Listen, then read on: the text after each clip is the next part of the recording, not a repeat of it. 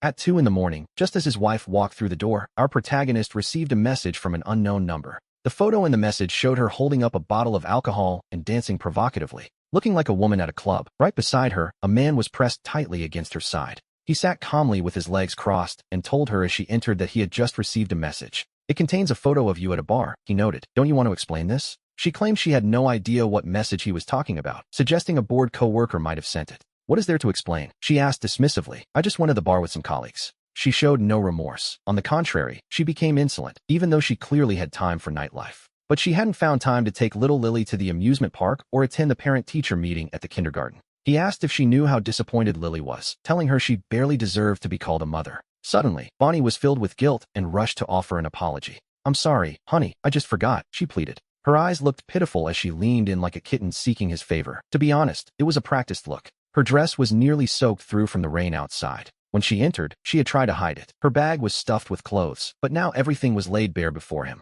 Even though she was his wife, he couldn't help but curse her silently, calling her a demon in his mind. Her words sounded sincere enough, but he was no longer the same Mark he used to be. With a soft voice he hadn't heard in a long time, she said again, I'm so sorry, honey. It won't happen again, she promised, claiming she never even liked places like bars anyway. His tone remained cold and detached, as if he were talking about someone else, as he asked what really happened between her and Luke. Luke was a name that Bonnie mentioned quite often, usually with a certain tone. A graduate of the Royal Academy of Arts, he was now her direct supervisor at work. Before this strange turn of events, our protagonist had been a professional investigator. He had already used his old methods to look into everything quite thoroughly. Bonnie had never seen him look at her this way, and she felt a sudden, sharp discomfort in her chest. She hesitated while trying to find the right words, admitting she had indeed gone out with Luke. But she insisted it was just a department meeting and that nothing had actually happened between them. He stared intently at her face, and through her tiny micro-expressions, he knew she was hiding something. He reminded her that he detested those places, and he remembered she used to avoid bars entirely. We see him question her about the various invitations she had received lately. He brought up the prestigious invitations from the National Art Foundation. He asked her how many of those invitations she had hidden. The truth was starting to surface. It was becoming quite evident that her secrets were catching up with her. The relationship between the two of them had clearly moved far beyond being simple colleagues. He opened her digital album, which was now filled with nothing but design sketches. To his dismay, every single photo of himself and their daughter had been completely deleted. He opened her messaging app and found an account named ArtStar pinned right at the top. He asked Bonnie how she could still dare to claim she hadn't been unfaithful. We must remember that Bonnie came from a very illustrious and wealthy family. The Gordon family was a prominent clan in the region, known for their exceptionally strict moral standards. For a woman from such a prestigious family, committing adultery was practically unthinkable. It would never be for something as common as money. It could only be for so-called love. He found himself asking why, over and over again, as the betrayal sank in. Why was it that only the most important parts of her digital life had been completely erased? He copied all the phone's data to his computer and set the air conditioning to a freezing 64 degrees. He cast a cold, lingering look at Bonnie on the bed before turning to leave at 7 in the morning. His daughter, Jane, woke up right on time, just as he remembered from his previous life. He helped her wash up and prepared her breakfast, then suddenly asked her a very specific question. He asked if a certain uncle ever came over to play while her mother was home, suspecting Bonnie's secrets. In his memories, his daughter had mentioned a man who always bought her sweets, a detail he once ignored. Back then, he had been far too oblivious to give it any importance. His daughter finally put down her toothbrush. She looked up and confirmed that, yes, an uncle had indeed come to the house. He showed her a photo. He asked if it was Luke, and she confirmed it was him, adding that he even gave her mom a beautiful dress. He smiled sarcastically to himself, silently promising to avenge the man he used to be. He recorded the entire conversation with his daughter, saving it securely on both his computer and his phone. Next, he commissioned someone to investigate Bonnie's recent hotel records and check-in dates. He wanted the security footage if possible. After dropping Jane at school, he headed straight to a pharmacy. There, he prepared a secret powder using the simplest ingredients, a trick from his old professional life. He was a cleaner by trade, and he knew exactly how to use his tools. Then, he headed to her office. He approached a decent-looking young man in his 20s and offered a polite smile to Supervisor Luke. He explained he was there to request leave for his wife, but Luke clearly hadn't expected him to show up. As their eyes met, a flicker of pure panic crossed the young supervisor's face before he regained his composure. Luke quickly stammered that it wouldn't be a problem at all. Deep down, he had no intention of getting his hands dirty yet, but he had already applied his secret medicine to Luke's skin. It wasn't lethal, of course, but it would soon cause an unbearable discomfort across his entire body. He believed that breaking a person's spirit is far more cruel than harming their body, and he wanted this pair to pay. He intended to extract a price more painful than death to settle the old grudges he still carried. Using the excuse that he needed to care for his sick wife, Bonnie, he requested 3 days off work. When we return to the house at noon, we see that, as expected, she still hadn't woken up. The air conditioning had turned the bedroom into a literal freezer while she slept through the morning. Since the sleeping pills hadn't worn off, he turned off the air and made her drink a medicinal soup. This mixture was designed to numb the nerves and mimic the symptoms of a severe, localized cold. He simply needed more time to gather enough evidence for the divorce proceedings ahead. To his parents, Bonnie had always been the perfect daughter-in-law with her high education and refined manners. With her striking looks, it often seemed as though a princess had graciously married a commoner. Over the years, her contributions to the family were obvious to everyone who knew them. Despite her background in the arts, she lived simply, dressing with a modest and proper sense of style. It is a pity that unfaithful women can change so quickly. So-called love truly can blind a person. And so, the minutes ticked by as he waited for his plan to take its next step. But then, the silence was broken as Bonnie's voice drifted from the bedroom at 6:30 in the evening. As soon as Bonnie woke up, Jake immediately shifted his expression, drawing on his memories of their life together. He feigned alarm and rushed into the bedroom, asking his wife what was wrong and if she was feeling all right. He told her she seemed ill and promised to get her medicine, urging her to rest while he turned to leave.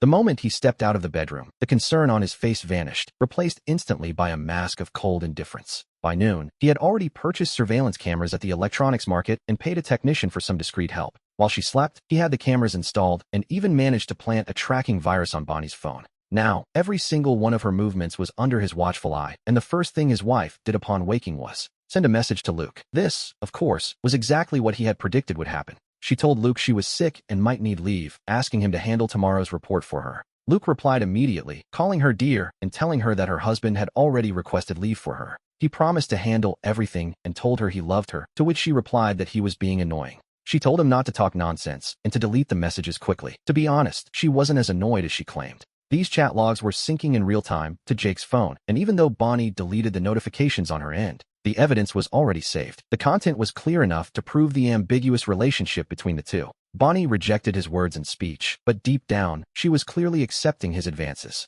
Anyone with eyes could see it. She wasn't bothered by his flirting at all. In fact, she seemed to enjoy it. Jake held the cold medicine and a glass of warm water as he walked back into the bedroom. Hearing his footsteps, she instinctively hid her phone under the pillow, a classic sign of a guilty conscience. This had become a typical routine over the last 4 months, though he was only just beginning to see it clearly. This scene had played out countless times before, but the original, foolish version of Jake had never once noticed it. Bonnie thanked him, calling him husband, as she reached for the water, but he immediately had to catch himself. He forced himself to stay calm, knowing a body's instinctive reaction never lies. He knew better than to trust her now. He realized that for the sake of a fleeting romance, an unfaithful woman might abandon her own family and children. Even her own daughter could become an obstacle to her new love. Later that evening, after Bonnie took the medicine, she fell into a deep sleep, aided by the Chinese herbs he had added to her dose. He knew exactly what he was doing. She would show only minor cold symptoms now, spending the vast majority of her time in a heavy, medicine-induced slumber. He thought about asking her older sister, Jane, to help look after her. Jane, as it happened, had no children of her own.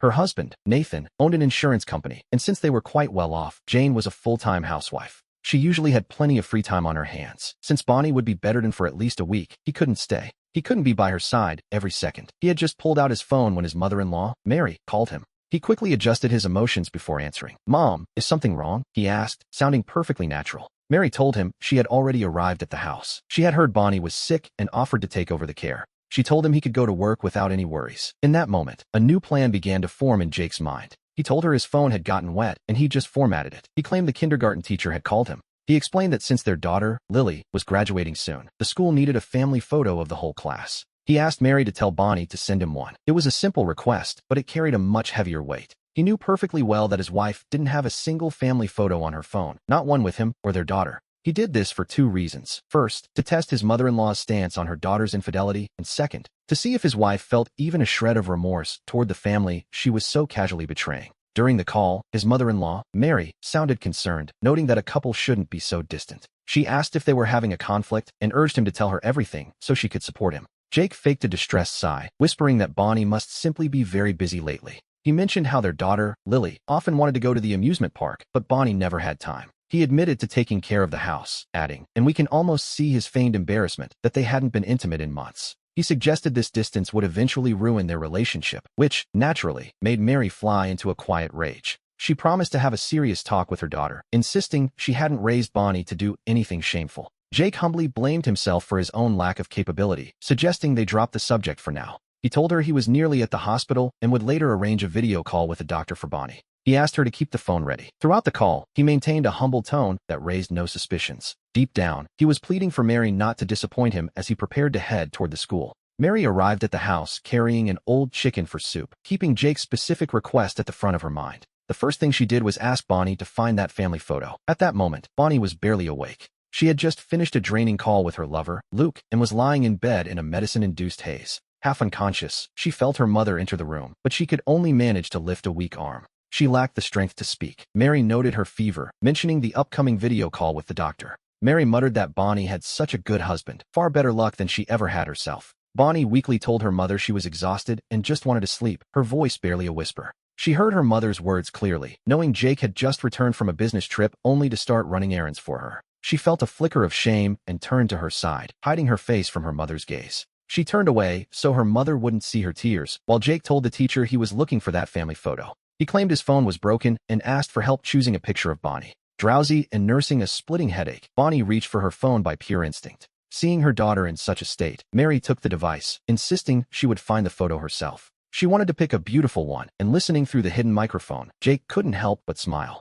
He wore a cold expression. If he weren't in a taxi, he likely would have burst out laughing. He thought of his mother-in-law, hoping she would finally see exactly what kind of daughter she had raised. Since Bonnie had just spoken with Luke, the screen was still active when Mary opened it. The image of Bonnie and Luke appeared instantly, and Mary's face turned pale as she began to tremble with rage. She checked the album only to find it empty, but through his synced phone, Jake watched her stare at that intimate photo. Mary zoomed in on Bonnie's face, her disbelief turning into a cold, hard demand for her daughter to wake up. With a distorted expression, Mary threw back the covers and yanked on Bonnie's pajamas. She forced her daughter awake, and Bonnie struggled to open her eyes, feeling completely drained of strength. She groaned, asking her mother what she was doing and pleading for just a little more rest before her busy morning. Mary snapped back, demanding to know what things she had to do and what her relationship was with the man in the photo. Bonnie finally snapped out of her daze, and seeing the phone in her mother's hands, her heart nearly stopped. With a sudden burst of desperate energy, she lunged forward and snatched the phone away. She demanded to know who gave her mother permission to touch her phone, but Mary was already shouting about her secrets.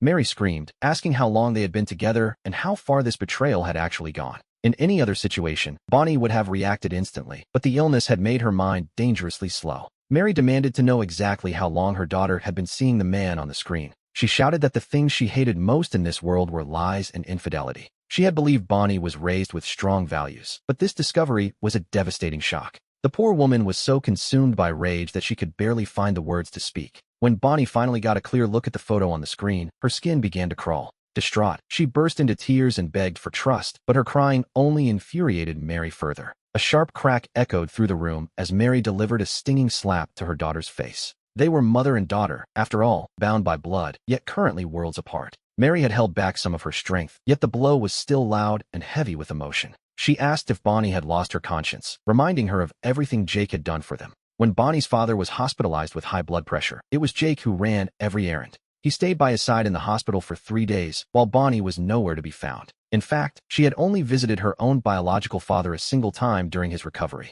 Mary accused her of flirting with other men the moment she received a promotion at work. She wondered how she and Bonnie's father could ever hold their heads up in public again. She wasn't blind. She knew that no one follows a celebrity idol in such an intimate way. Looking at where the man's hands were placed, Mary asked her daughter if she had no shame. She demanded to know if Bonnie remembered she was a wife and, more importantly, a mother. She asked how little Lily would view her, leaving Bonnie feeling terribly misunderstood and victimized. But as we know, some people are truly experts at the art of deceiving themselves. Bonnie truly believed she had maintained her physical boundaries. She defined their relationship as a connection of soulmates, a foolishly incurable romantic notion. Back at home, Mary was the one who held the real authority. Usually, she was quite reserved. There was no vulgarity in her tone, but when she spoke, even Bonnie's father, George, listened obediently. Bonnie didn't feel safe at all, her gaze darting around the room to avoid her mother's eyes. She insisted she wasn't having an affair, asking who this man even was to her mother. Mary snapped back, asking why she shouldn't be allowed to question her own daughter. She demanded to know what Bonnie was so afraid of, if she truly felt she had done nothing wrong. She wondered how a man could bewitch her daughter into abandoning her husband and child. The more Mary spoke, the more her fury seemed to boil over. She delivered several sharp, heavy blows to Bonnie's back in her frustration. Bonnie finally confessed his name was Luke, her superior and the current director of social affairs. He was due for a promotion to minister soon. Bonnie lowered her head, staring at the photo on the tablet. She felt a deep discomfort, realizing just how much she had changed in such a short time. She had been so obsessed with her artistic exchange with Luke that even her mother had noticed. What hurt the most was the realization that she had completely neglected her own daughter. Little Lily used to be so attached to her, but lately, the girl had gradually faded from her world. At the thought of her daughter, Bonnie couldn't stop the tears from streaming down her face. Overwhelmed by shame, she lowered her head and fell silent as Mary warned her to stop these disgraceful acts. Mary told her to break it off before Jake found out, starting by deleting every single photo. Mary told her to clear the tablet and quit the company, insisting she didn't need the money. She even offered to fund Bonnie's own business, but the offer only made Bonnie's heart ache more. Wiping away her tears, Bonnie firmly refused to quit, claiming she could maintain a professional boundary. She insisted her connection with Luke was purely about her love for artistic design and promised to change. She claimed it was an honor just to be his colleague, admitting she had neglected her family lately. She took the blame, saying she had been far too absorbed in her work during that time. She promised it wouldn't happen again, speaking with such sincerity that Mary decided to believe her. But as we watch the monitor, we can't help but feel skeptical as Mary spoke in a motherly tone. She urged Bonnie to listen and never see that man in private again, warning there'd be no turning back. Bonnie nodded, assuring her mother she understood the gravity of the situation. Right there in front of her mother, she began deleting the photos from the tablet. Watching the screen, we see her hesitate. It seems Bonnie wasn't taking this as seriously as she claimed. Mary could force her to delete the files, but she couldn't delete the man from Bonnie's heart. It's enough to make anyone sigh. Once a heart has wandered, it's rarely ever truly brought back. As the sun began to set, Bonnie reflected on her future and everything that had transpired. The past few months felt like a fever dream, but her mother's words had acted like a cold shower. She called herself a fool, biting her lip as she whispered quietly to herself. She began to question her own heart, wondering if she truly loved Luke. She asked herself if she was really prepared to spend the rest of her life with him. And more importantly, was she truly willing to leave her husband and her darling daughter behind? With that first question, she still felt a flicker of doubt, but as she weighed all three together, the answer became instantly clear. She could never truly leave her husband and her daughter. Deep down, she simply wasn't ready to let go, claiming her love for art made her admire Luke. That was it, the kind of admiration a devoted fan might feel for a distant star. She didn't love him. She told herself this over and over, trying to convince her own heart. Suddenly, we see her realize it had been over 3 months since she'd spent quality time with her family, especially her little girl. During that time, she had spent every single day at the office, working on designs with Luke, followed by late dinners and strolls through the mall together. Yet, in all that time, she hadn't found a single moment to take her daughter to the amusement park. The more Bonnie thought about it, the more the guilt began to weigh on her, her eyes turning red. Tears began to flow uncontrollably as she told herself she didn't deserve to be a mother. Once a person begins to reflect on the past, every forgotten detail starts to resurface. It was true that her husband, Ryan, didn't understand much about romance. He knew nothing of art, and they shared no hobbies, yet he was attentive to her every need. No matter how late she returned home each night, he was always there waiting. There was always a warm meal ready, and when she was too exhausted to even move, Ryan would bring her a basin of warm water to soothe her tired body. He would gently wash her feet to help her relax. Even just 2 days ago, when she arrived late after having a drink, he was there with a glass of water. A colleague had even sent Ryan some inappropriate photos of her, but when he returned home, he still prepared warm milk for her. She told herself how foolish she was to risk such a happy family, and decided Ryan must never find out. Her mother was right. She had to keep her distance. The more Bonnie thought about it, the more the weight of her guilt began to grow. She whispered to herself that she had kept her physical boundaries, but deep down, she knew the truth. Her relationship with Luke was already a betrayal of Ryan, and one cannot easily lie to oneself. However, her moment of reflection was cut short when she received a new notification. It was a message from Luke. Tomorrow at 11 o'clock. A romantic restaurant. I'll be waiting for you. A simple message, yet it plunged Bonnie right back into a state of agonizing indecision. The phone in her hand suddenly felt as though it weighed 1,000 pounds. I'm sorry, Supervisor Luke. I have several designs to modify tomorrow and won't have time. Now, if Bonnie truly felt regret for her actions and wanted to break things off with Luke, the first step should have been to block and delete him. After that, requesting a transfer or resigning would have shown real repentance. To be honest, anything less was just stalling. But deep down, she was still harboring a small spark of hesitation.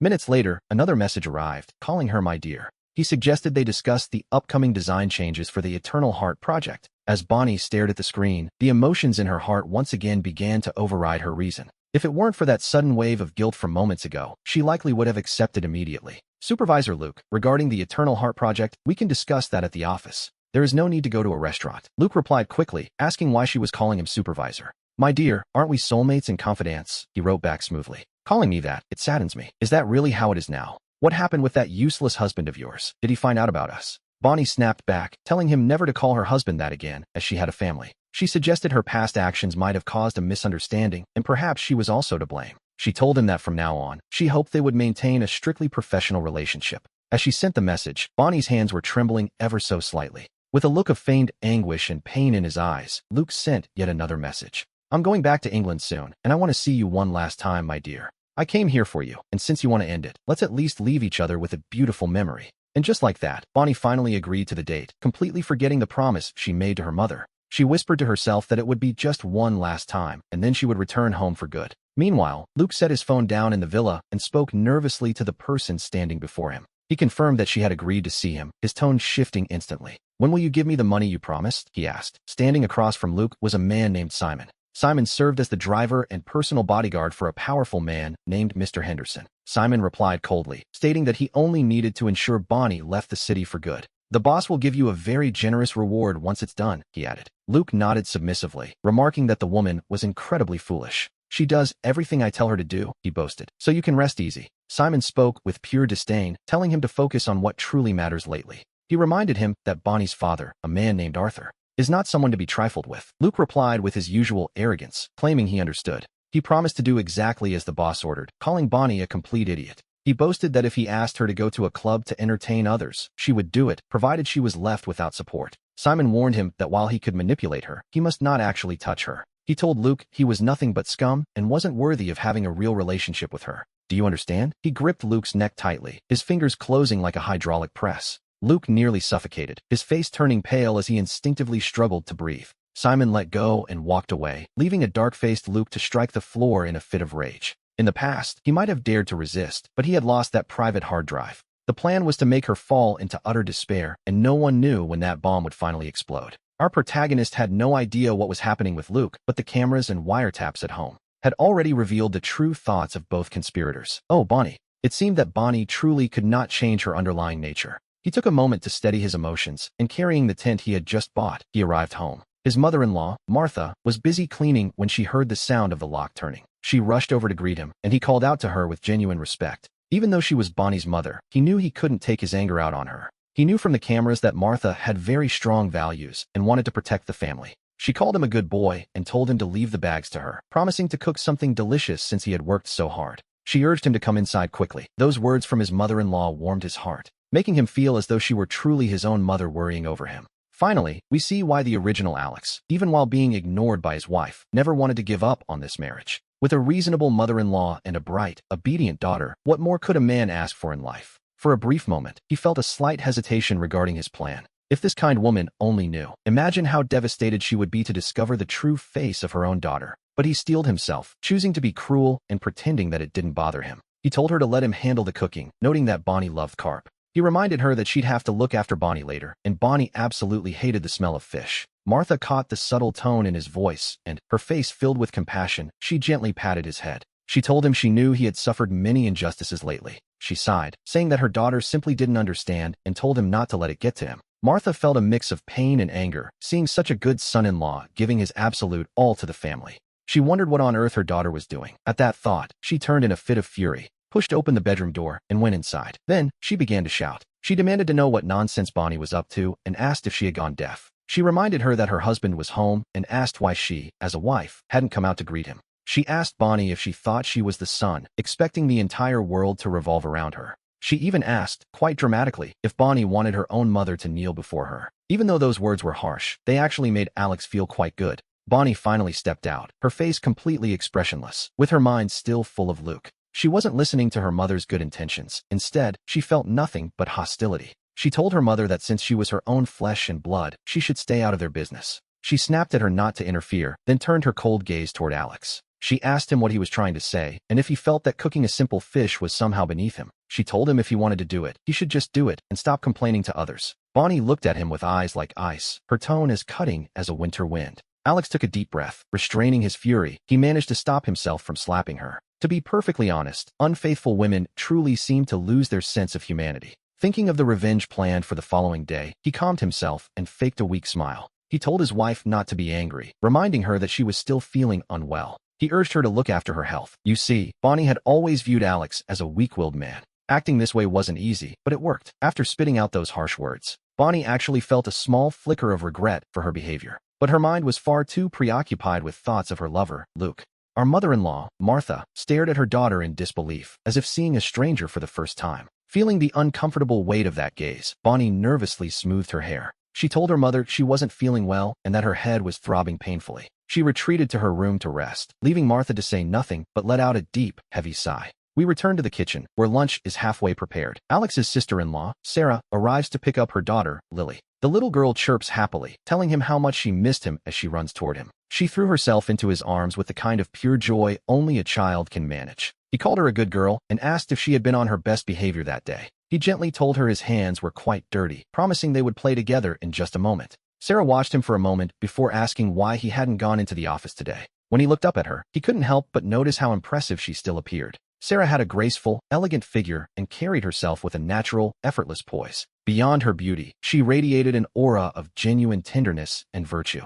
He nodded, explaining that he stayed home because he was worried about Bonnie's health. He told his sister-in-law that she would likely have to work quite hard over the coming days. She told him there was no need for such politeness between them, but as Sarah turned to go inside, she accidentally struck her leg quite hard against the edge of the shoe rack. Reacting with surprising speed, Alex lunged forward to catch her, wrapping his arms around her waist. He urgently asked if she was all right, seeing her eyes grow red as she winced in pain. She admitted it hurt terribly. Without waiting for a refusal, he lifted her into his arms and carried her over to the sofa. Sarah hadn't expected this. Her cheeks flushed instantly as she fell into an embarrassed silence. This rather intimate scene was exactly what his mother-in-law, Martha, saw as she stepped out of the bedroom. He pulled out some ointment quite naturally, asking Martha if she would like to apply it or if he should. Martha took the ointment, insisting she would do it herself, and began tending to Sarah's injury. Meanwhile, Bonnie sat at the table, aimlessly stirring the rice in her bowl. She found it difficult to swallow. It felt strange to her, even though he had only embraced her sister for a moment. In the past, she wouldn't have given it a second thought, but today she felt an inexplicable discomfort. An irrational fury began to rise within her. She remarked in passing that the food was far too salty. She told Lily not to eat too much, then stood up abruptly, announcing she was going to do as she pleased. Alex had done this on purpose, of course. His goal was to completely isolate his wife from her usual support. His mother-in-law, Martha, was predictably infuriated and told her daughter to sit back down. Martha snapped that if Bonnie wanted to eat, she should eat, and if not, she should go to her room. She then told Alex to sit and eat, grumbling that he spoiled his wife far too much. Bonnie slammed her bowl down heavily onto the table in a fit of pique. She declared that if she didn't want to eat, she wouldn't, and marched straight into the bedroom. Poor little Lily was frightened by the outburst, not knowing what to do and looking ready to cry. Alex gently stroked his daughter's head, telling her not to be afraid because her mother was just feeling unwell. He promised her that once her mother recovered, they would all go to the amusement park together. In the child's world, perhaps a mother could be replaced, but a father's comfort was everything. Alex had long ago taken on many responsibilities that were never truly his to bear. Martha turned her head away, quietly wiping away a few stray tears when she thought no one was looking. To be honest, she felt she no longer had the right to say anything more to him. Suddenly, Alex spoke up, asking Martha if she and his father-in-law had any plans for the following day. She replied that they should be free and asked why. He explained he had a matter to discuss with both of them. Alex then asked his mother-in-law if he could trouble her once more to look after little Lily. The old man and Martha exchanged a long look before turning their eyes toward him. And yet, they found his face to be an unreadable mask, devoid of any emotion. Deep down, Martha vaguely sensed that something was terribly wrong. She nodded with a touch of worry, promising that she and his father-in-law would wait for his call. By the time dinner was finished, it was already 5:30 in the evening. He took the opportunity to wash the dishes quickly, using the excuse of needing to collect documents from the office. And so, he left the house. After he was gone, Martha and Bonnie both suspected that whatever was happening the following day was almost certainly related to Bonnie herself. Past midnight, as soon as he entered the bedroom, a soft body smelling of shower gel pressed firmly against his back. Bonnie spoke in a low voice, her tone both shy and gentle. She whispered for her husband to come to bed, telling him how much she had missed him. But logic held him back. This woman was fickle, who knew what she had been doing with other men. He grabbed Bonnie's arm with his right hand, fully intending to push her away. But the moment his fingers brushed against her pulse, he froze in complete shock. It was the pulse of a pregnancy, and one that appeared to be about 40 days along. In that instant, his mind exploded. The fury he had been suppressing could no longer be contained. It had been 4 long months since the two of them had last been intimate. He asked her if she understood the situation, his gaze turning so dark it was truly frightening. It was as if he wasn't looking at a person at all, but at an object about to be sacrificed. Bonnie forced a smile, though it looked strained and rather unpleasant. She pleaded with him, saying he was hurting her and admitting she had neglected both him and little Lily. She asked for his forgiveness, but he only looked at her with a coldness that suggested she should leave. He told her they would talk tomorrow, making it clear he had no desire to touch her right now. He refused to be the one who paid for her mistakes, proving he wasn't a man who could be easily trampled. Those words hit her like a sudden blast of freezing winter wind, and we see Bonnie begin to tremble under the weight of his rejection. Alex retreated into the bathroom, letting the cold water soak him to the bone. As the chill set in, his reason returned, bringing with it a memory he had tried desperately to bury. It had happened over a month ago, on a night when Bonnie had gone out for a dinner. He had followed her and watched as Luke took her hand and even kissed her on the cheek before she got into the car. It was a clear case of someone taking advantage of her, or so it seemed. Yet Bonnie had been laughing happily. He followed her home, intending to help her clean up. But then, in her sleep, he heard her whisper Luke's name, a soft, dreaming Luke. It was on that very night that he had been intimate with her. Throughout the entire time, she had remained in bed, drifting in a drunken sleep. She had no awareness of him at all, yet this memory gave him an 80% certainty the child was his. But a child conceived during a period of emotional betrayal was something he felt he couldn't keep. He told himself that every birthday would only serve as a bitter reminder of her infidelity. To spare the child from future suffering, he decided he simply couldn't let it be born. Besides, one couldn't completely rule out the alternative. There was still a lingering possibility that the child didn't belong to Luke after all. Tomorrow, everything would finally have an answer. Half an hour later, he stepped out of the bathroom. Perhaps because he was a traveler in this world, the changes happening now felt incredibly significant. The physical transformations in his body were becoming impossible to ignore as his excess weight vanished in mere days. In its place were lean, defined muscles. He noticed the bedroom door had been left slightly ajar. We see Bonnie lying curled up on the bed, her eyes red from crying. The moment she saw him, she scrambled out of bed and rushed to the living room to block his path. But as she caught sight of his transformed physique, she stood there completely stunned. Having studied art, she knew exactly how much effort it took to achieve such a perfect form. The Alex she knew had always hated exercise and carried a bit of a middle-aged belly. Now, he looked as if he had been entirely reborn. She, on the other hand, was hardly the athletic type. Because she had been so emotionally distant for so long, she had never even noticed the change. Bonnie had always convinced herself that a spiritual connection was all that truly mattered. To her, that was the priority. But faced with a physical change this drastic, she couldn't help but feel her face flush as her heart began to race.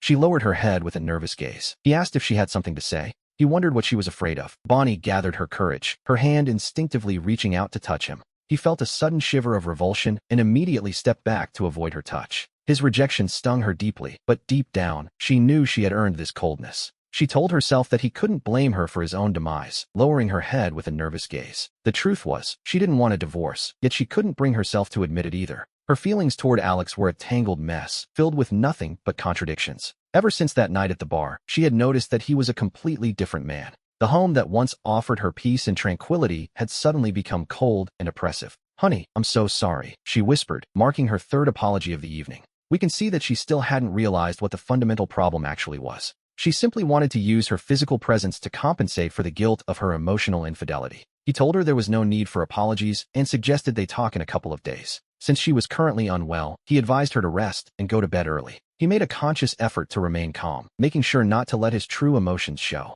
Despite his composed exterior, Bonnie could still feel a profound sense of distance between them. With her lips trembling and her eyes welling with tears, she looked up at him. "Honey, I really do love you," she pleaded. "You have to believe me." To him, hearing the word love from her lips felt utterly repulsive. If he hadn't heard the recordings of her private chats with Luke, things might be different. He never would have believed she was capable of speaking such hypocritical words. He gave a dismissive, evasive reply that he believed her, then quickly brought up the family photo. He mentioned that the teacher had asked for a family photo earlier that morning. He asked if she remembered and requested that she send it over whenever she had a moment. She mentioned that the one they took with Lily at the museum would be perfect. Upon hearing this, Bonnie's entire body gave a sudden, violent start. Her face turned pale instantly as she claimed her phone had broken and was recently formatted. She apologized, but Alex didn't even bother to unmask her obvious lie. He told her it didn't matter and that he would simply look for a backup on the computer. He told her to sleep early, leaving Bonnie drowning in a sea of her own guilt.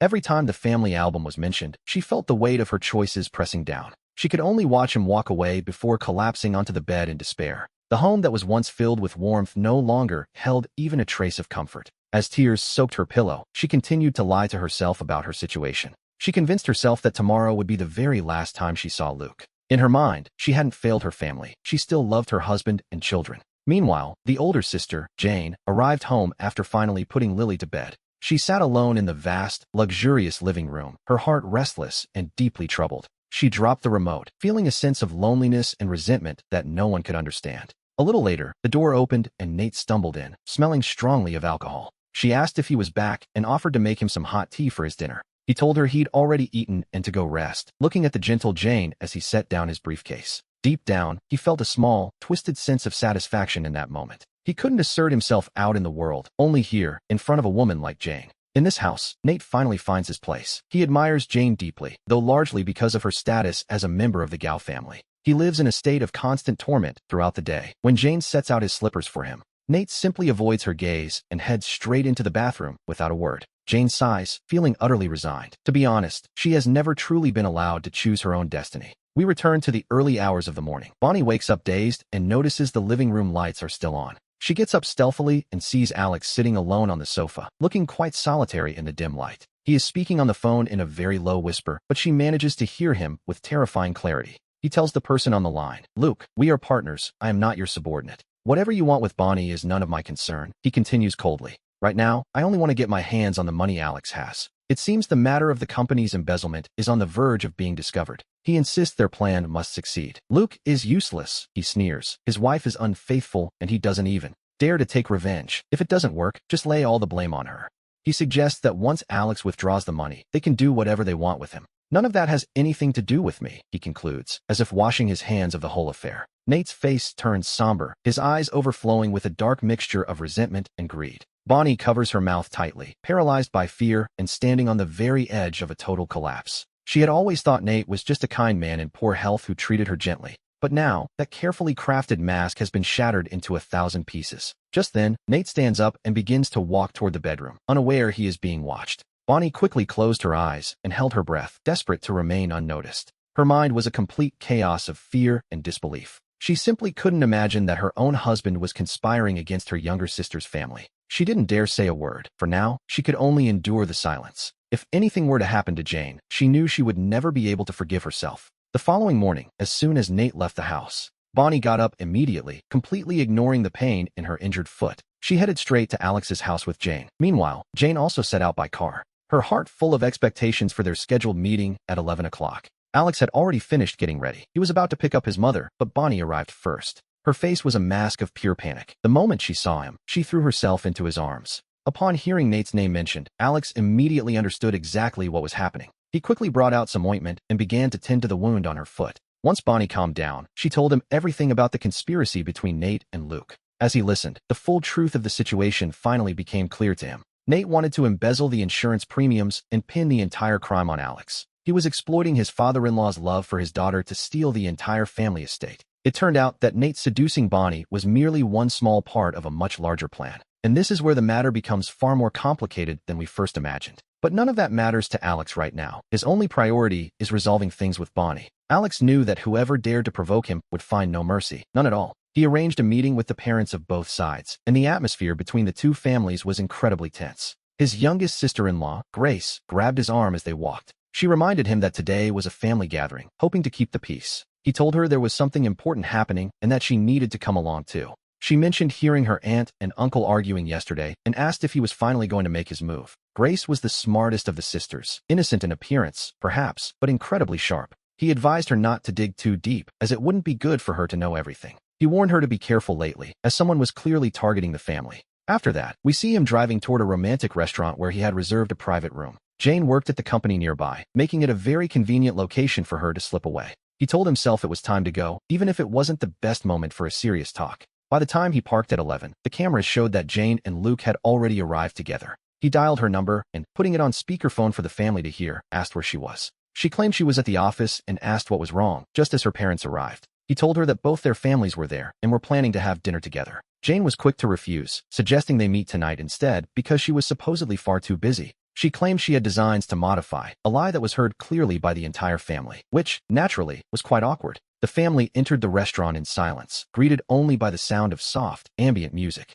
Jane had clearly dressed up for the occasion, wearing a tight dress that highlighted her figure perfectly. Luke stared at the beauty before him, his mouth dry, seeing her as the very symbol of his desires. He offered her roses of love, telling her she looked absolutely stunning today. Jane, however, handed them back, suggesting they should remain nothing more than simple colleagues from now on. Luke was stunned, asking why she was backing away just when they were so close to getting what they wanted. She reminded him that she already had a family and didn't want her husband to get the wrong idea. In that moment, she seemed to realize that despite everything she had done, it all amounted to nothing. The weight of her choices began to spiral in her mind, repeating the haunting thought that she had accomplished nothing at all. It was a crushing realization, a hollow echo of wasted time and broken promises. She tried to justify it as being for the sake of art, pleading with him not to cause a scene or make things difficult. And to think, this was the culmination of a message that had been building for an entire year. She insisted she was still in control, but Luke refused to let her simply walk away from what they had started. He spoke of the years they had spent hiding from the world, dominated by the fear of being discovered.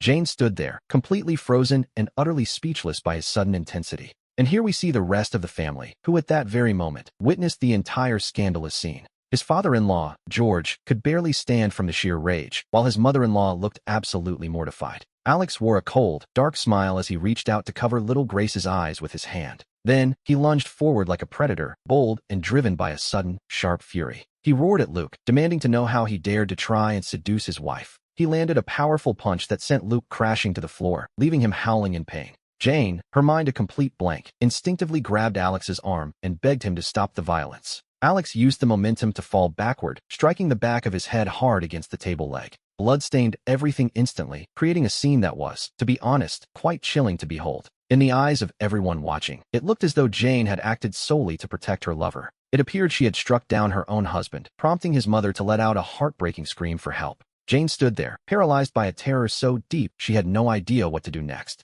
Her father, George, acting like a lion in a fury, suddenly struck her across the face with a heavy blow. The force sent her to the floor, but Luke, mistakenly thinking George was an ally, scrambled to his feet. Hoping to look brave in front of Jane, he punched the old man squarely in the chest. He shouted, asking how he dared touch his woman, as George stumbled backward from the impact. With eyes red from crying, the mother vowed she would never forgive them if anything happened to her son. Luke, terrified by the sight of so much blood, immediately tried to shift all the blame onto Jane. He claimed she was the one who pushed him and insisted he was innocent because she had seduced him first. With those cowardly words, Luke fled the scene on all fours, leaving the family's reputation in ruins. The mother-in-law, Mary, finally lost her patience and delivered another sharp slap to Jane's face. Jane felt a wave of regret wash over her, but as we often see in these cases, it was far too late. Her father, consumed by rage, screamed at her to leave, declaring he no longer had a daughter. Falling into total despair, Jane knelt beside Alex as he lay there in a growing pool of blood.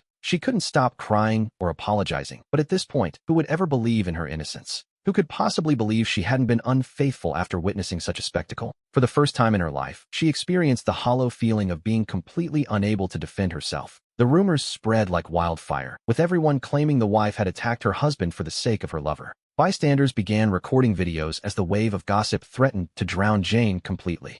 The incident soon went viral online, and we see that no one could have imagined the storm that was about to break. This storm would soon engulf the entire city. Meanwhile, the restaurant staff called for an ambulance immediately. The paramedics rushed Alex and his father out, while Jane followed at the very back of the group. She reached out, carefully clutching the hem of Alex's trousers, as if that were the only way she could feel safe. His mother, Mary, was far too anxious about saving her son to waste any energy scolding her daughter-in-law. Jane sobbed, apologizing over and over, insisting to her mother-in-law that it hadn't been on purpose. She wept bitterly, her eyes swollen and red from the sheer weight of the situation. The mark from the slap on her left cheek had already turned a deep, painful shade of purple. She looked truly pitiful, and Mary's heart softened slightly. After all, there was still a granddaughter involved. The child still needed her biological mother, and Mary didn't want to push the woman to the absolute brink. Just as she was about to speak, an unexpected voice interrupted the heavy silence. A woman dressed in luxury asked where she was going, and we see she was accompanied by an older lady. The older woman wore a striking shade of deep red lipstick that seemed out of place in such a scene. Jane recognized her immediately. It was Luke's sister, a woman she had hoped never to see like this. This was the sister who supposedly owned a bar, according to what Luke had told her in the past.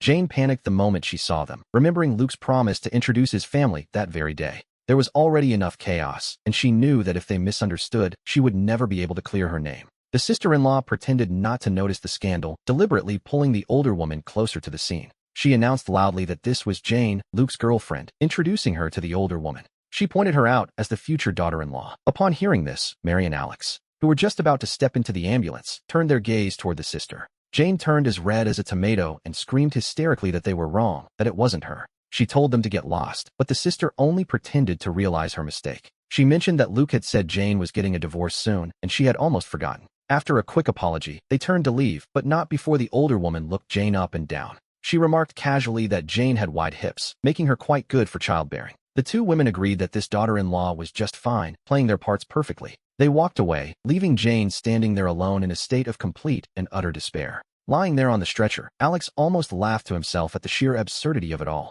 Luke might have been the partner who ruined Jane's life, but in this moment, he was Alex's best ally. It was clear these two women had come specifically to push Jane to the brink. Desperate, Jane grabbed Mary's sleeve, trying to hold onto the last shred of her dignity. She wept and pleaded, begging her mother-in-law to believe that things weren't what they seemed. She tried to explain, but Mary snapped back, telling her never to call her mother again. She asked Jane how many mothers she actually had, claiming she didn't deserve such a title. Mary pointed out that Jane's real mother-in-law was right there, and if anything happened to Alex, Jane wouldn't even need to remarry since she already had a replacement ready. It was a biting remark. Mary spoke with a mixture of sarcasm and pure fury, mocking Jane's supposedly strict and distinguished upbringing. "Mom, let me explain," Jane pleaded. "I don't know those people at all." She swore she had no boyfriend and had remained completely faithful to Alex. Jane dropped heavily to her knees, desperate to make them believe her. It was, quite remarkably, the second time she had knelt to swear her innocence. We see that her mother's heart began to soften, if only for a fleeting moment. But between the typical signs of infidelity and everything Luke had claimed earlier,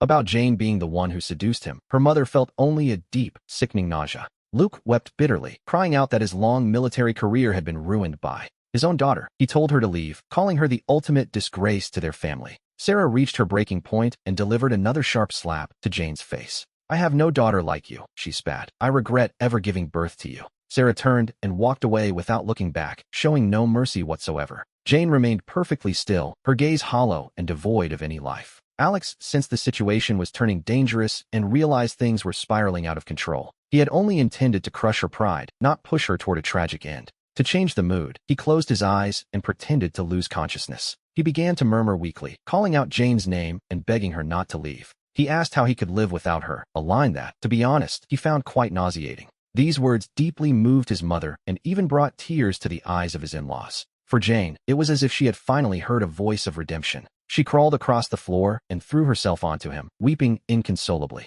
Regret consumed her entirely as she cried out, promising her husband she was there. She claimed everything was her fault and that she deserved to die for it. To the onlookers, it seemed her husband was still thinking of her, even in a coma. Comparing her actions to his supposed devotion, she felt her very soul was wretched. At this point, Alex's mother no longer had the heart to try and stop her.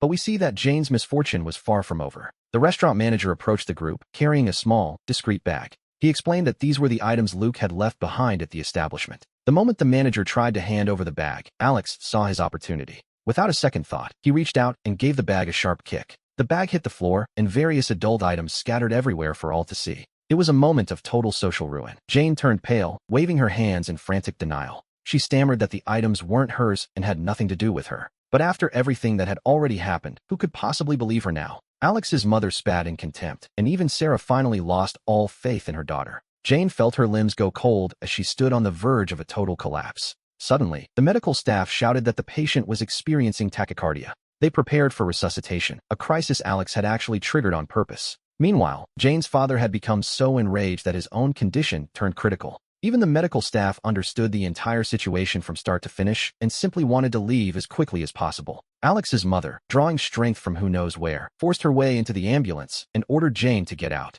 She told her she didn't deserve to be by her son's side, but Jane begged to stay with her husband. Jane insisted he needed her, but the older woman snapped back, asking if all her past affection had just been an act. She demanded a divorce right then and there, but Jane refused, claiming she still loved Luke. Later, Alex's mother wept as she gently stroked her son's face. She desperately rubbed her hands with alcohol, especially the one that had been held by that man, Luke. She felt nothing but immense disgust. In the past, she had always prioritized her career, enjoying the status Luke's presence provided, and though she finally understood her mistake, it was far too late. Soon, the ambulance arrived at the hospital, and Alex was taken directly to a private room. By then, Alex's mother had already returned home to be with little Toby. Her granddaughter was quite sensible for her age and didn't ask too many difficult questions. Once Alex was stabilized, he lay in his bed with Sarah sitting quietly by his side. The first thing Alex asked when he could speak was how Toby was doing. Fortunately, it turned out to be nothing more than excessive blood loss. The anger had affected his heart and made his blood pressure unstable, but he was no longer in any mortal danger. Sarah let out a soft sigh of relief and then asked about the state of his parents.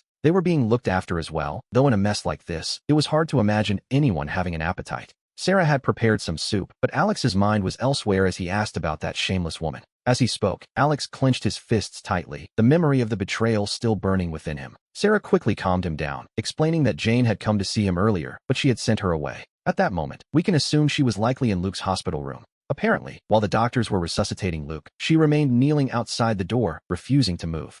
She certainly deserves that much, but Sarah reminded him not to call Luke a beast while he was still unconscious. Deep down, they both felt a heavy sense of shared responsibility for how things had turned out. Sarah then asked the question on everyone's mind. Did he think Alex would ever actually forgive Jane? Could they possibly avoid a divorce? To be honest, the idea of forgiveness seemed like a complete joke. No self-respecting man would tolerate such a thing, and Alex had been far too soft-hearted in the past. If it were up to him, he would have settled the score with that unfaithful couple a long time ago. Startled by his own words, Mike looked around quickly, fearing that someone might have overheard him. Sarah asked if he had lost his mind, reminding him that Jane was still their own daughter. She wondered how Alex would feel if he ever heard them speaking about his wife in such a way. Mike slumped back and fell silent, his blood pressure having only just begun to stabilize. It was just a sudden outburst, but now that things had reached this breaking point, there was no going back. The rest of the family would find out sooner or later, and his lifelong reputation was effectively ruined. He had already given orders to his staff to do everything possible to control the information spreading online. The incident at the restaurant could still be contained for the time being, or so they hoped.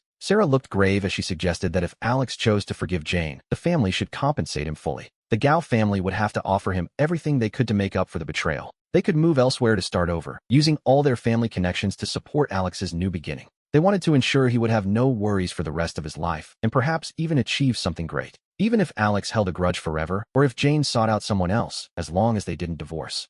We see that they were willing to turn a blind eye. Mike sank deep into his own thoughts. Sarah had actually wanted to help Alex move up in the world years ago. She wanted to give him a dignified path, but Jane had always stubbornly refused. Deep down, Jane feared that if Alex prospered, he would become far too difficult to control. She didn't want him to lose interest in staying quietly at home, playing the role of the man behind her. Even while Jane was off pursuing her own emotional affairs, she was quite selfish about it. She knew perfectly well that Alex was her most stable support, the one constant in her life. With Alex there, she felt she could shamelessly pursue her so-called art without any consequences. Mike told Sarah to do as she saw fit, admitting he no longer had the face to show himself in public. He didn't mind losing his reputation once more, as long as he could use his old contacts to compensate Alex. He would do the best he could, Mike said, his voice heavy with exhaustion. Sarah sighed softly, placed the thermos on the nightstand, and turned away. She left the room, but meanwhile, the edited videos that had been prepared were about to surface. Footage of Luke with several different women began to spread rapidly across all the major websites. In these videos, the faces were captured with total, unforgiving clarity. Jane was the last one to appear, although there were only hugs and brushes of the cheek. It was more than enough to completely ruin her reputation in the eyes of the world. Now, no matter what she said, no one would ever believe that she and Luke were innocent. Alex had released the video himself, ensuring every frame was completely real, without a single fabrication. When Jane committed those shameful acts, she really should have known this day would eventually come. As for whether anyone would suspect him, well, that was simply impossible. Considering that, at this very moment, he was supposed to be gravely injured and in a coma. With hacking skills far superior to anything available in this era, he was untouchable. Even if they scrubbed the server from top to bottom, they wouldn't find a single trace of him. His next plan was to infiltrate the servers of the MD insurance company where Ian worked. The warnings from Sarah had already made one thing perfectly clear to him. There was a massive conspiracy at play, and he felt Ian was merely a small fish in a big pond. The true mastermind behind everything had yet to show their face, remaining hidden in the shadows. We see the network supervisors still focused on the restaurant's live feed, completely distracted. They were ignoring these private videos that were quietly leaking and spreading across the web. In a short time, this content would saturate the city and eventually reach much further. We returned to the hospital room, where Jane was kneeling right beside Alex's bed. The cold floor had left her knees red and swollen from the hours of penance. But the physical pain was nothing compared to the psychological suffering she was enduring. She was punishing herself in a way that was almost entirely self-destructive, to be honest. She prayed for God to protect her husband so that he might wake up soon. After a quick trip to the bathroom, she returned and suddenly began to feel an itch all over her body. Her legs began to rub together involuntarily, a strange sensation she couldn't quite explain. She didn't realize that the toxins still lingering under her fingernails had already begun to spread silently throughout her entire body. We see Alex's mother, Mary, enter with food, only to find Jane in such a state. She frowned deeply, unable to comprehend what her daughter-in-law was thinking. After having an affair, she still managed to act so devastated, quite the performance. After everything that had transpired that day, the divorce was a foregone conclusion, so Mary gently tapped on the table. She told her to get up, as she had something to ask her. Jane bit her lip and stood up with great difficulty, her body trembling. Her legs were numb and weak, yet she still didn't dare to take a seat. She lowered her head and softly called out to her mother-in-law, a greeting that made Mary's heart sink, nearly bringing her to the point of tears. It took a long moment before she finally managed to regain control of her emotions. She demanded the truth, asking just how far things had gone with that man, Ian. Jane pleaded for trust, admitting she had been reckless and made many mistakes. She insisted that while there were misunderstandings, she had remained physically faithful. She claimed she never cheated on Alex, leaving Mary feeling torn between belief and doubt. Deep down, Jane was filled with resentment, as it was true she hadn't taken that final step. At least not yet, but she knew that now, no matter what she said, no one would believe her. She apologized to Mary, promising to quit her job and take proper care of their daughter.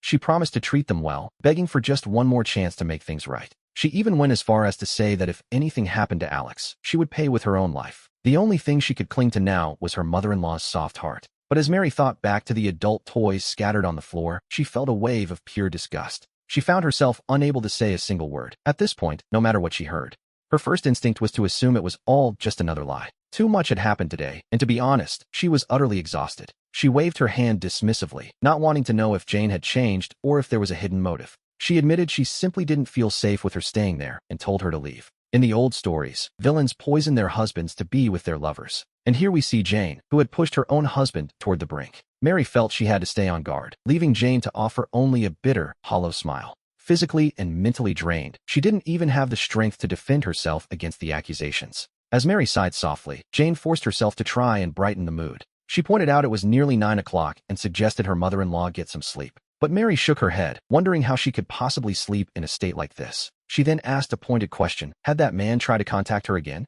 Jane froze for a moment. Since arriving at the hospital, she hadn't even had a chance to look at her phone until this very reminder. She quickly pulled it out to find over a dozen missed calls and 30 unread messages. Every single one was from Luke. The content was still the same, filled with sweet words and vague, lingering sentiments. He was inviting her to the office to witness the supposed results of their hard work together. In the past, Jane would have found this incredibly sweet, but now it only filled her with a sense of utter disgust. Without a second thought, she deleted every message and blocked the company number entirely. After doing so, she sat there in a daze, asking herself over and over what her true intentions had actually been. In her focus on how things had reached this point with Luke, she failed to notice that Mary was watching her with a cold, piercing gaze. A mocking, bitter smile began to form on the older woman's face. Mary had seen plenty of unfaithful teachers during her years at the school, and she had simply been testing her. She hadn't truly expected that Jane would actually fail the test so spectacularly. To Mary, it looked as though Jane was still in constant contact with Luke even in this moment.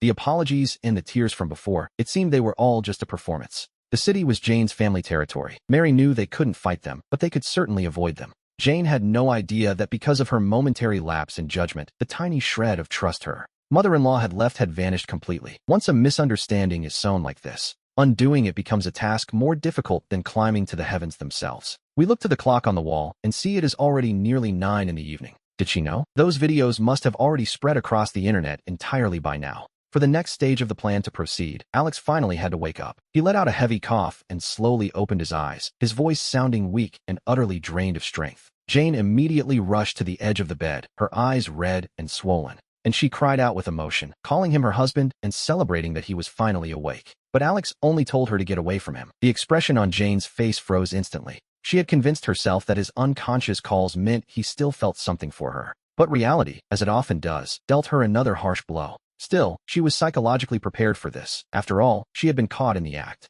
If he hadn't shown any anger, it would have been even more terrifying, to be honest. She insisted she wouldn't leave, pleading that she had made a mistake. She promised to explain everything slowly once he felt better. Alex warned her not to make him insult her, telling her that her touch made him sick. Deep down, however, he felt a profound sense of relief. This woman was finally learning what it felt like to be the one who was wronged. When she was flirting with Luke, she clearly hadn't given a single thought to a day like today. Mary had stepped out to call the doctor. Upon returning and hearing his words, she immediately felt a surge of pity for her son and pushed Jane away with force. Jane stumbled and nearly fell, ending up leaning against the door for support. Even then, her gaze didn't drift away from him for a single moment. Mary told her to get away from her son and stop being a nuisance, suggesting she go care for her own father. Jane replied with a hint of resentment, mentioning her father's situation. Her sister and mother were already there, she argued, begging to be allowed to stay. Mary shot her a freezing glare before turning her attention away completely. We see the doctor use a small flashlight to check Alex's pupils before testing his limbs. The situation wasn't overly critical. The fainting had primarily been caused by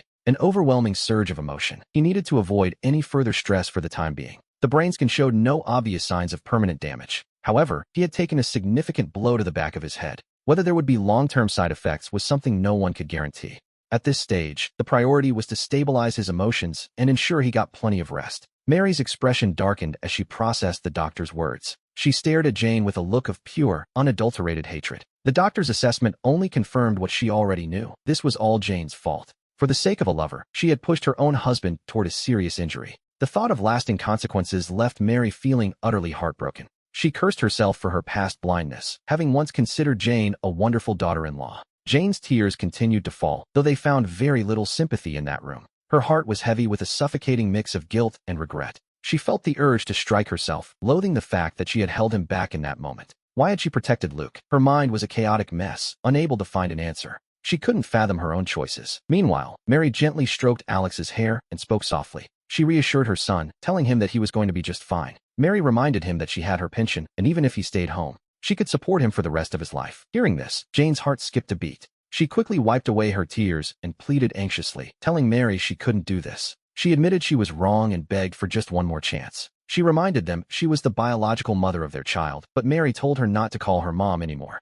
Mary asked if she didn't already have another mother-in-law, noting that if they hadn't seen it themselves, it would have been truly impossible to believe that anyone could be quite so shameless. Mary's words were like knives, stabbing directly into the center of Jane's heart. She desperately wanted to defend herself, to say that she didn't even know the woman involved. She wanted to deny it over and over, but the facts were right there, and she had no way to refute them. She could only weep in silence, watching Alex and treating his unconscious state as her last desperate hope. She wanted to use his feelings for her to save their family. But she didn't realize that the Alex who loved her most had already died long ago. If he hadn't taken matters into his own hands, only more betrayal and schemes would have awaited her. It was one conspiracy after another. Just then, Jane's mother, Sarah, entered and overheard Mary's harsh words. Her face flushed and then turned pale, caught in a painful cycle of shame and guilt. Addressing Mary as her fellow parent, she explained she'd heard Alex was awake and came to see him. Sarah maintained a very humble attitude, which was quite a departure from her usual self. Her back was slightly hunched, a sight Jane had never seen from her mother before. She knew her mother was bowing her head and apologizing for the terrible mistake Jane had made. Sarah entered the hospital room, her face a mask of deep-seated guilt. She humbled herself completely, bowing low to apologize to Alex's mother, Mary. She confessed that she had failed in her duty to raise her daughter correctly. She offered her sincerest apologies to both Mary and Alex. Mary was still fuming, but seeing Sarah, who was usually so proud, in such a broken state, she could only let out a sigh. It is often the children who carry the blame, but seeing things reach this point was truly disheartening. The doctor had insisted that Alex needed absolute rest, so if there was anything else to discuss, it was better left for later. Sarah knew all too well that her daughter's mistakes were unforgivable. Yet, for the sake of the family honor and their home, she felt she had to humiliate herself. She was doing everything in her power to salvage what was left of the situation. She acknowledged that Alex had given his all for their family and their home throughout all these years, no matter what might happen between the two of them in the future. She promised she would always consider Alex to be her own son. She insisted she wouldn't take Jane's side. With that, she turned sharply toward Jane and shouted sternly, asking her why she was just standing there. She ordered her to come over immediately and get down on her knees. At this point, Jane had absolutely none of her usual pride left to cling to. She fell to her knees with a dull thud, though the pain was sharp and stinging. She didn't dare move even an inch, keeping her head bowed low in shame. Her tears flowed without stopping, as she was consumed by a mix of remorse and pure panic. Sarah looked at Alex and Mary, her voice carrying a weight of absolute sincerity. She admitted that Jane's thoughts and actions had been entirely wrong. This was infidelity, plain and simple, and she had no intention of defending it. However, she swore on her reputation that Jane hadn't crossed the final physical line. Even so, she knew what Jane had done was unforgivable in Alex's eyes. She begged them to believe her, leaving Mary caught between doubt and faith. Sarah was putting her own word on the line as a guarantee. To be honest, her pride was immense, and for her generation, that meant everything. In the end, they placed the highest value on physical loyalty above all else. Still, the shame of Jane's behavior was almost too much to bear. Mary hesitated for a long time before finally turning to Alex for the answer.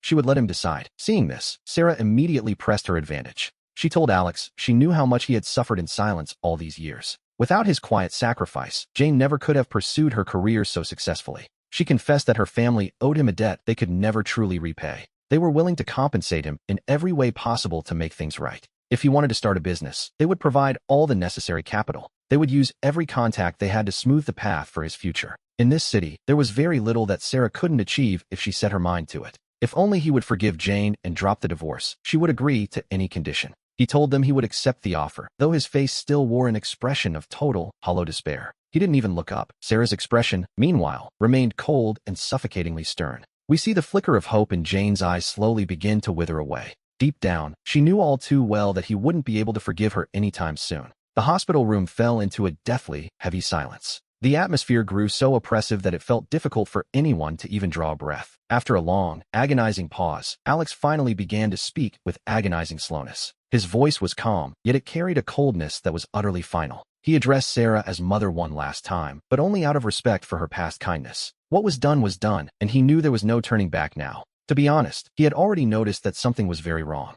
He had wanted to gather the whole family to talk, including Jane and her lover. Jane protested immediately, insisting that the man was her husband, not a lover. She desperately claimed she didn't love him, but Alex's eyes suddenly turned icy and sharp. A sudden, chilling wave of murderous intent seemed to ripple through the quiet room. Jane turned pale with instant fear, not daring to utter another single word. Sarah told Alex to continue and firmly ordered Jane not to interrupt him again. Sarah also noticed the change. The son-in-law who was once weak and docile was now serene and cutting. It was as if he were a different person, and she knew her daughter had pushed an honest man too far. To the absolute limit, she noted with a grave tone that this situation was no longer simple. Alex suggested they talk when everyone was present, but Sarah asked if they couldn't wait until he felt better. She agreed they should speak at home, promising that his father-in-law would provide a full explanation. She even threatened that if Jane ever contacted her lover again, she would personally break the man's legs. But Alex knew it was already too late. Someone out there was determined to see their family fall apart. Their target from the very beginning, he realized, had been the entire Miller family. Recognizing the gravity of the situation, Sarah immediately called for her eldest daughter and her husband. Alex insisted he had something vital to say, and he wanted every one of them to hear it. Upon hearing this, Sarah's expression shifted drastically as the weight of his words sank in. She realized in an instant that a deep conspiracy had been unfolding right under her nose, unnoticed. Without another word, she turned quickly to go and find George and Catherine. We returned to the room where only Alex, his mother Mary, and Jane remained. Jane stayed kneeling on the floor, her tears finally dry and her gaze completely hollow. She finally understood the magnitude of her mistake and that there was no way to fix it. Alex looked out the window with total indifference, feeling nothing but a cold, empty silence in his heart. This entire farce, he decided, had to come to a definitive and final end. A little later, George was the first to arrive back at the hospital room. His face was a mask of pure panic, as he was clearly still reeling from the fear of the conspiracy. Soon after, Sarah entered while supporting her husband, Arthur, whose face remained deathly pale. As soon as his father-in-law Arthur stepped through the door and into the room, his eyes locked onto Jane with an intensity that was almost painful to witness. In that gaze, there wasn't even a hint of fatherly warmth, only cold, biting disappointment. But in that moment, what truly weighed on Arthur's mind was something far more pressing. It was what Alex had mentioned earlier regarding the conspiracy surrounding the Miller family. The plot against the Millers was the only thing that mattered once everyone was finally gathered. The hospital room door clicked shut firmly, turning the space into a sanctuary for their private conversation. Alex lay there in the hospital bed, quietly observing each person present in the room. His voice was calm, yet it carried an overwhelming weight as he spoke of the restaurant incident. He explained it wasn't just a case of infidelity, but a calculated strike against the entire family. Luke had approached Jane from the very beginning, and it was never about love or art. He had been sent by someone with a singular goal, to tear their family apart from within, and ultimately, to bring down the Miller legacy. Naturally, the room erupted in disbelief. They demanded to know who was behind it, and who would dare conspire against them. Alex turned his gaze toward Catherine, who had gone pale, and addressed his eldest sister-in-law. He urged her to tell them everything she knew about the situation and the man named Victor. Without omitting a single detail, Catherine nodded and confessed the entire plot of colluding with Victor.